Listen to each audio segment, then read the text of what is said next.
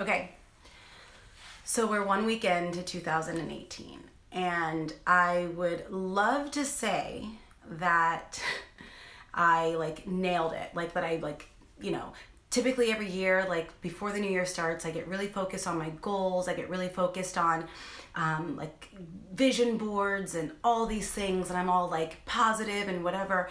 And this new year, coming into 2018, was just not the case at all. Just different things happened, and this morning I was kind of reflecting on what are the 3 lessons that I learned 1 week in from 2018. And I kind of had 3 things that I want to share with you. I'm going to be a little bit vulnerable with you. Hopefully that's okay. That's kind of the overarching theme that I've learned from 2017 coming into 2018. The first thing that I learned for the first week of 2018 is letting go the need to be perfect. I think that there's a lot of pressure as we come into the new year to have our stuff together. There's a lot of pressure to say, okay, we'll put everything in 2017 in a box and we'll start the new year off new year, new me, or whatever. And I just kind of feel that's a little bit of, it's just too much pressure. I put that pressure on myself to be perfect and to do all these things and to start the new year off feeling confident and organized and whatever. And come Monday, I felt like my life was a complete mess.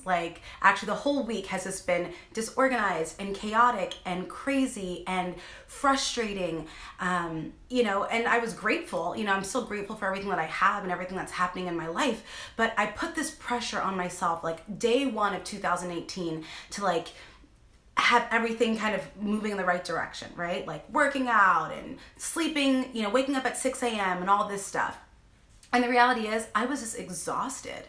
I was exhausted from all the drama and all the traveling and kind of caring for everyone else in December and holidays, that once January 1st hit, this whole week, I literally have slept through every single one of my alarms every single day. Every single day I was I'm going to wake up at 6, I'm going to wake up at 5 and read the Bible and do this and do that and do all these amazing things. And that never happened. And at first I felt like a failure. I was Allison, you can't even wake up on time? What's going on? And that's the thing, we put this pressure on ourselves to be perfect and to have it all figured out and to do everything right. And the second that we don't, then we feel like a failure. And for some of you, you set goals to work out every single day or to eat healthy or to do all these things or to save money or to be a better spouse. And it just didn't work out that way. And for whatever reason, you ended up getting sick, so now you can't work out, or, you got into a huge argument with your spouse, and then now you feel like you can't bounce back from that. And the reality is you just have to learn to embrace the chaos and embrace what's going on in that moment and be okay with it. It doesn't mean to wallow in it. It doesn't mean to be a victim of it. It doesn't mean to be defined by it. It doesn't mean that you allow it to stop your progress. But you have to understand that you're not going to be perfect. And the only person putting that expectation on you to be perfect is you. So you have to let go of that BS around being perfect. And if the new year started off and you didn't reach your goals yet, or you developed habits, or you didn't kick the habits you wanted, or whatever it is, it's okay. Give yourself a little bit of grace and do the best you can in that moment, in that day. That's the first thing, because I was bugging. I was feeling, I felt like a fraud. I was here I am trying to tell people and help people to reach their goals and do all this stuff. And I just felt left and right, I just was failing at it. So that's the first thing. You just have to let go of that. Just honor yourself and honor your effort. 2, let go of the generic definitions of success and happiness. I think also at the new year, what happens is we subscribe to what we should say about what we want for the new year and what we should do and what we should be. And we take society's roles. We use social media as a measure of, what happiness is and what success should look like. And we compare our lives and our success and our happiness and our finances and our bodies to everyone else's.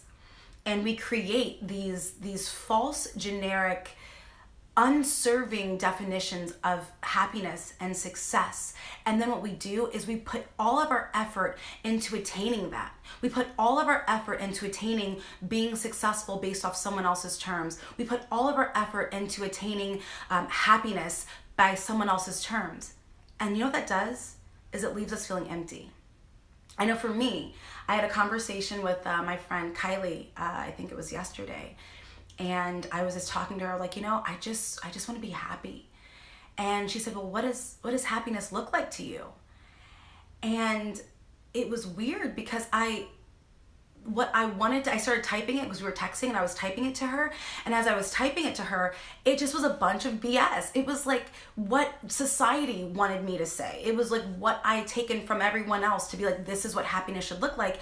And I realized if I'm striving for that and it doesn't resonate with me and who I am and what's going on with me, then I'm going to spend this whole year just feeling like crap. I'm going to spend this whole year chasing ideals that social media, society, my parents, my family, my church family, my friends, the media, like all this stuff is put on me to believe is what I want. And that's not really the case. And so I challenge you, like, what does success look like to you? What does happiness look like to you? And it doesn't matter what definition you come up with because it's your definition. And it's something that means something to you. And if I don't agree or I don't like it or your friends or whatever doesn't like it, it doesn't matter. That's the thing. It doesn't matter. We have to learn to stop caring so much about what other people think about who we are and how we show up. As long as we're being authentic to ourselves, we're not hurting other people, we're not being disrespectful, we're not doing things to bring people down, we're not being negative people, but we're just trying to be the best versions of ourselves and we're trying to just honor that. If that is your truth, then whatever your definition of success and happiness is yours. And when you have that, then you can start making strides into going into that direction. But until you get clarity on that, it's all for nothing. That's where depression and anxiety and panic and all these things, that's what got me in a lot of trouble. Years ago, some of you guys know my story. I was like deep in depression and I had 2 failed suicide attempts and I was a ball of anxiety and I, just couldn't deal with life on a daily basis. And a lot of it was because I didn't know what I truly wanted. I didn't know what success looked like. I didn't know what happiness looked like in my own terms. And I was chasing the wrong things, which led me chasing the wrong things. It led me into relationships that I shouldn't have been in. It led me into getting into debt because I was spending too much money trying to chase things and build businesses that I didn't really want to build. And it was just a mess. And so I challenge you to figure out what your definition of success and happiness looks like. So that's the second thing. The third thing is to let go of the habits of worry. I think all of us have some habits that are attached to worry. Some of us are afraid of failure. Some of us are afraid of rejection. Some of us are afraid of, I don't know, like we have tons of fears and I don't want to start projecting my fears on you, so I'm not going to get into that. But like we kind of get into this mindset of, we worry all the time. We're thinking about what happened in the past and we focus on all of our past failures and our past regrets and mistakes and things that didn't happen and we get defined by our past. We get defined by the negative things that have happened and that becomes our reality. So then what do you think happens? If you let your past failures and mistakes and mishaps and heartbreaks and loss and all that stuff define you, then that's who you are in your present. And then you know what happens? You're stuck in fear. You're stuck in fear because you're afraid to move forward because all you keep doing is reliving the past and it becomes your identity. I allowed my fear to be my identity.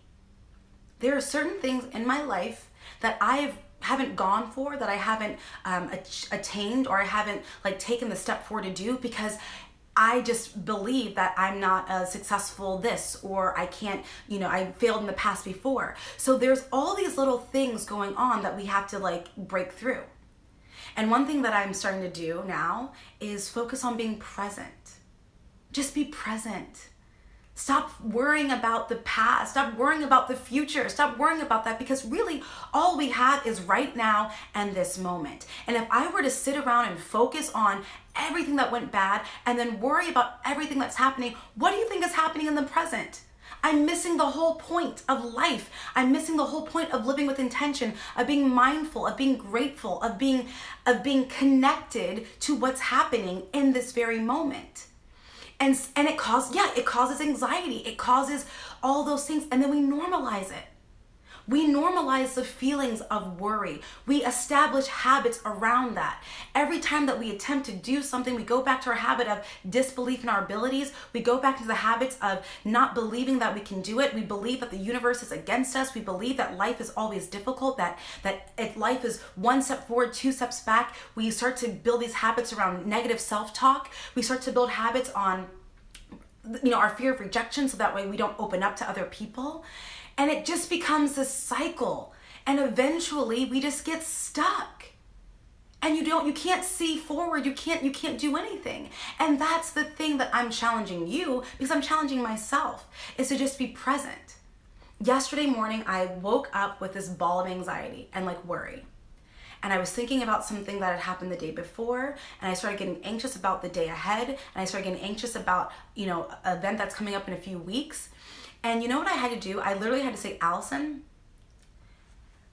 in this moment, right now, as you're laying in your bed, what worries do you have? In this present moment, what are you worried about? And it was well, actually nothing. There's nothing in this moment that I'm actually really worried about. I'm laying in my bed. I guess the biggest thing is the next thing to do is get up, wash my face, brush my teeth, and being present in each step of the day. Eventually it just kind of washed all that anxiety and that worry away. And I had a fantastic day yesterday after letting that anxiety go, because what I did was I was just present. I trained 3 clients, I taught 2 classes, I took a class, I had dinner with a friend, I came home. My day just was so present. And I didn't worry about what was going on. And so I challenge you. A really great way to break the habits of worry and break the habits of that anxiety is to just be present and mindful and grateful. Presence, mindfulness, intention, gratitude, those are things that can always bring you back when you feel that you're going in a wrong direction of focusing on the future or being stuck in the past. Take a moment and just, what are you grateful for right now? What is happening in this moment that brings you joy? What is happening right now that you're grateful for? What is happening right now in this moment? And that will keep you in the present, because I know I have personally allowed my past and the attachment I have to my past and my worries of the future rob me of the beauty of today. And I don't want that to be a theme leading into the rest of 2018. So hopefully these tips kind of helped you. 3 things to let go of. Let go of the need to be perfect. And embrace every day as it comes. Embrace the chaos. Embrace the frayed edges. Embrace it, because it's a part of life. And no one's expecting you to be perfect. We're just a bunch of humans just trying to figure it out on a daily basis. So take that fear, take that pressure off. 2, let go of the generic definitions of happiness and success and define your own. And then work towards that. That's going to give you that fervor for life and make you feel excited about every single day. And 3, break the habits of worry. The past happened and the future we don't know. But all we really have is this present moment to live our best life, to connect to our best self. And the best way to do that is through being grateful for that moment, being present, and being mindful. So those are 3 lessons that I've learned over the first week of 2018. Like I said, it didn't start the way I wanted it to, but I'm grateful that I did, because I learned some lessons and now I have some things that I can work on.